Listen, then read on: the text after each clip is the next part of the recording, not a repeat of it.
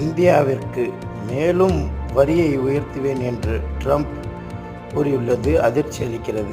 அமெரிக்காவிற்கு இந்தியா செலுத்தும் வரியை கணிசமாக உயர்த்துவேன். இந்தியா அதிக அளவில் ரஷ்ய எண்ணெயை வாங்குவது மட்டுமல்லாமல் வாங்கிய எண்ணெயில் பெரும் பகுதியை திறந்த சந்தையில் பெரிய லாபத்திற்காக விற்கிறது. உக்ரைன் ரஷ்யா போரில் எத்தனை பேர் கொல்லப்படுகிறார்கள் என்பது அவர்களுக்கு கவலை இல்லை என்பதாக அதிபர் ட்ரம்ப் கூறியுள்ளார்.